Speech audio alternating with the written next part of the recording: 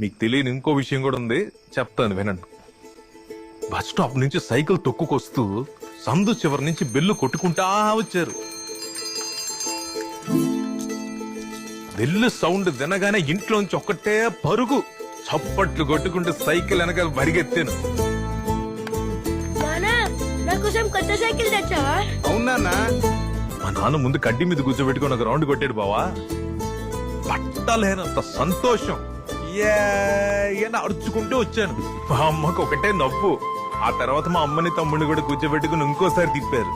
మేము నలుగురం కలిసి దీపావళికో సంక్రాంతికి ఏ పండగల నవ్వుకున్నది లేదు. ఆ తర్వాత 24 గంటలు ఆ సైకిల్ తోనే. కొన్ని రోజులు ఊరికి అలా తిప్పుకుంటూ తిరిగేవాడిని. తర్వాత ఏమో పెడల్ చేసుకుంటూ మెల్లిగా పైకి ఎక్కేవాడిని. ఆ తర్వాత రాహడి కింద నుంచి కాలేసి తొక్కేవాడిని. ఏదో సాధించినట్టు ఫీలింగ్. కడి ఆ రోజు సైకిల్ తొక్కడం నేర్చుకున్నాను బాబా.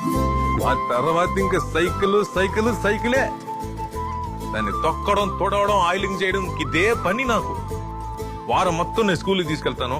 వారం చివరిలో మా నాన్న వేసుకెళ్తాడు. ప్రతి సందు తిరిగి చీరలు అమ్ముకోవడానికి. అందులో మా నాన్నకి మంచి రాబడి. ఆదాయంతో నన్ను మా తమ్ముడిని మంచి పెద్ద బళ్ళు చేర్పించాడు. ఇంటి నుంచి బాగా దూరమే. మొదటి రోజేమో, రే తమ్ముడిని భద్రంగా తీసుకొస్తావు కదా అని అడిగాడు.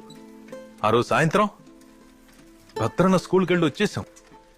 ఆ రోజు నుంచి ఇంకా మనిషి ఏమనుకున్నాడో ఏమో కానీ నన్ను ఇంకేమీ అడగలేదు బావా. పేరు పెట్టి కూడా పిలిచేవాడు కాదు. పెద్దోడు వచ్చాడా, పెద్దోడు భోజనం చేశాడా అని నేనంటే భలే నమ్మకం మనిషికి. అంత సింగ్ మనకి లేదు బావా. కానీ ఎప్పుడు అంటుంటాడంటే మా అమ్మతో, కంగారే పడకు, ఎంత పెద్ద సమస్య వచ్చినా సరే పెద్దోడున్నాడు చూసుకుంటాడులే అని.